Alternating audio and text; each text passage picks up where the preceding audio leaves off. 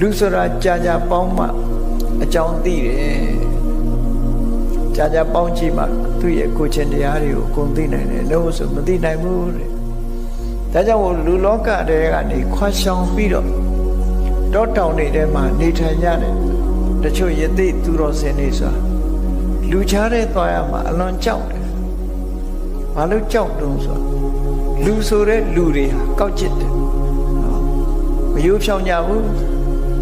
ကောက်ကျစ်တယ်အဲ့ဒါကြောင့်မလို့လူလောကထဲမှာလူတော်လူကောင်းဆိုတာ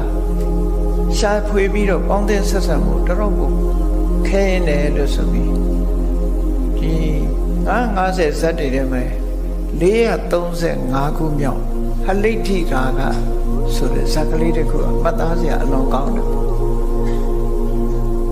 သားဖနှစ်ယောက်ဟာတောမှာနေကြတာယသိ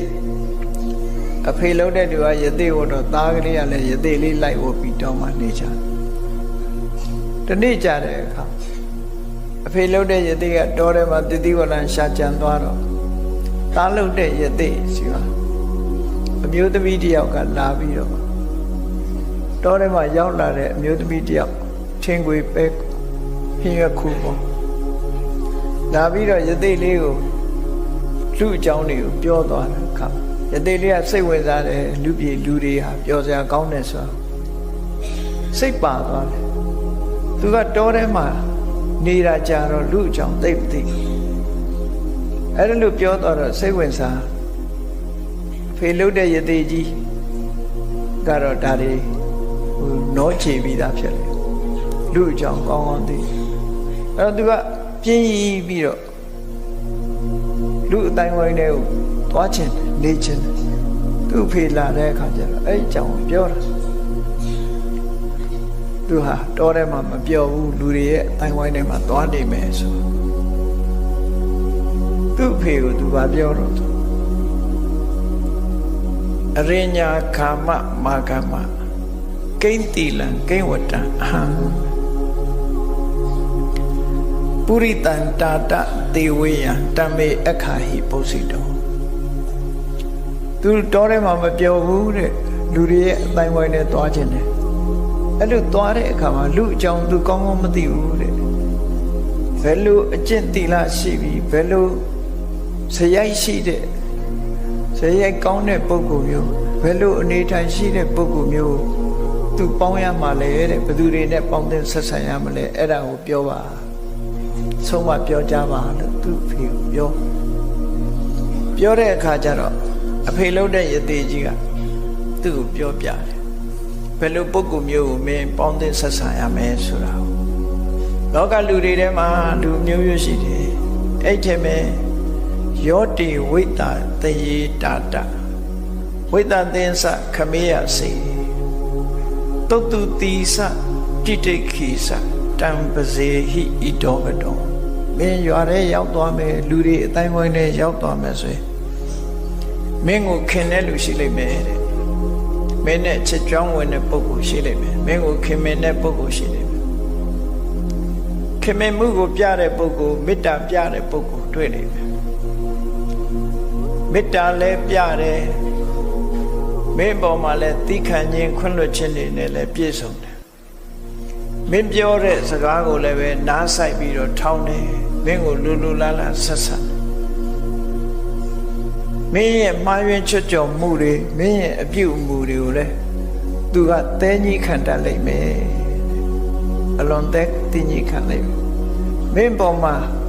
ခင်မင်နာဟာသဘောရိုးနဲ့ခင်မင်ပြီးတော့တကယ်ကိုအနန္တခံတဲ့ပုဂ္ဂိုလ်အဲ့ဒီပုဂ္ဂိုလ်မျိုးကိုရွေးပြီးတော့မင်းပေါင်းတဲ့ဆက်ဆံဒါဒီတစ်ခုသူကမှားတယ်မင်းပေါ်မှာပွန့်ပွန့်လင်းလင်းနဲ့ဆက်ဆံနေမင်းပြောတဲ့စကားစိတ်ထဲနှလုံးထဲကနေဟန်ဆောင်ပန်းဆောင်မဟုတ်ဘဲနဲ့တကယ်ကိုစိတ်ထဲကနှလုံးထဲကနေပြီးတော့စိတ်ပါလက်ပါနားထောင်တယ်ဒီခံခွင့်လွှတ်မှုတွေရှိတယ်စိတ်သဘောထားတွေမပြောင်းဘူးအဲ့ဒီလိုပုဂ္ဂိုလ်မျိုးကိုမင်းရွေးချယ်ပေါင်းရမယ်လူတွေထဲမှာနောက်တစ်ခုမင်းရွေးချယ်ရမှာနောက်တစ်ခုသူ့ကိုရွေးချယ်ရမှာ ယတကာယေနဝါစာယမနတ္တာတနတ္ထိဒုက္ကတံလူတယောက်ကိုကြည့်လိုက်တဲ့မဟုတ်တာမလုပ်ဘူး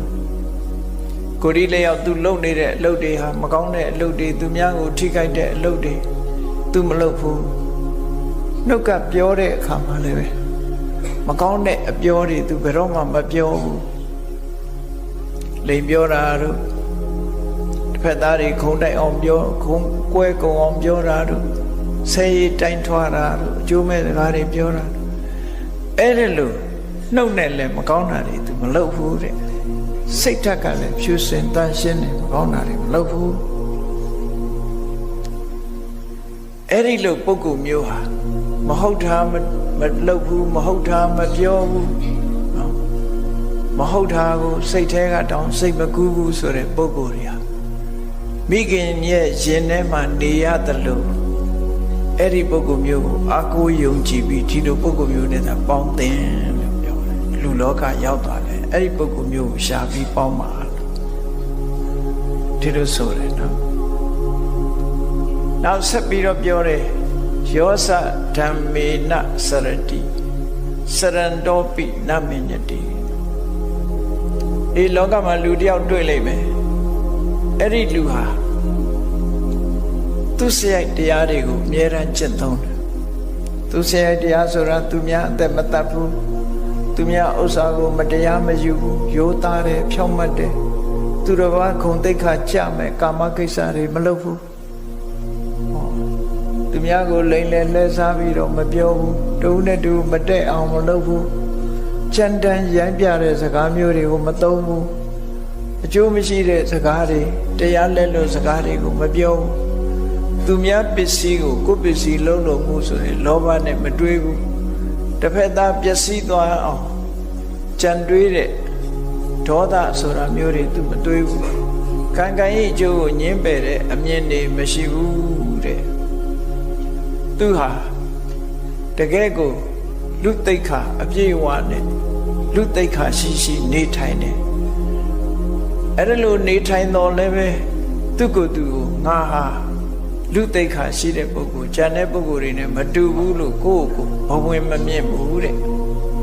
လူသိက္ခာနဲ့လည်းနေတယ်ငါလို့လူမရှိဘူးလို့ကိုယ့်ကိုအထင်ကြီးတာမျိုးတွေမလုပ်ဘူးတဲ့ဝိသုဒ္ဓကာရိတ္တပညာသူလုံးသမျှအလုပ်တွေဟာတကယ်ကိုစင်ကြယ်တန်ရှင်းတယ်ဘယ်ရာလို့ပညာဖြင့်ဆင်ញင်စဉ်းစားပြီးမှလုပ်လို့ရှိတယ်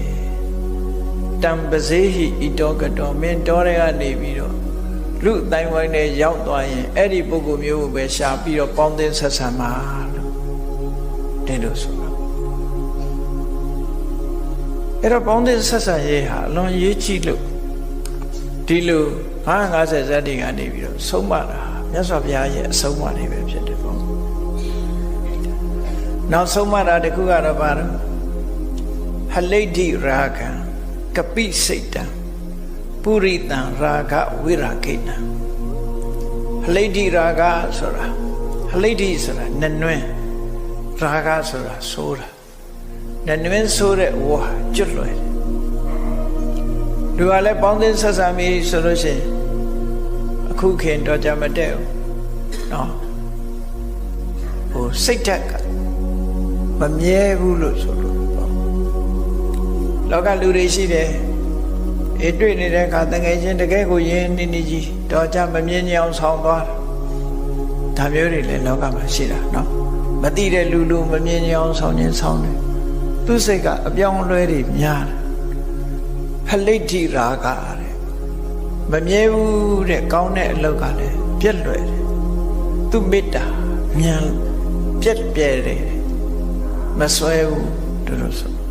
ကပိစိတ်တာမြောက်လို့ပဲသူ့စိတ်ကမငြိမ်ဘူးမြောက်များဟာဒီတကိုင်းဆွဲကိုင်းလိုက်ဟိုတကိုင်းဆွဲကိုင်းလိုက်နဲ့မြောက်ဟာငြိမ်နေတယ်လို့ရှိမှမရှိဘူးလှုပ်နေတာအဲ့ဒါလိုပဲလူရဲ့စိတ်ဟာကပိစိတ်တာမြောက်လို့စိတ်မျိုးနဲ့စိတ်အပြောင်းအလဲမြန်တဲ့ပုဂ္ဂိုလ်မျိုးမင်းမပေါင်းနဲ့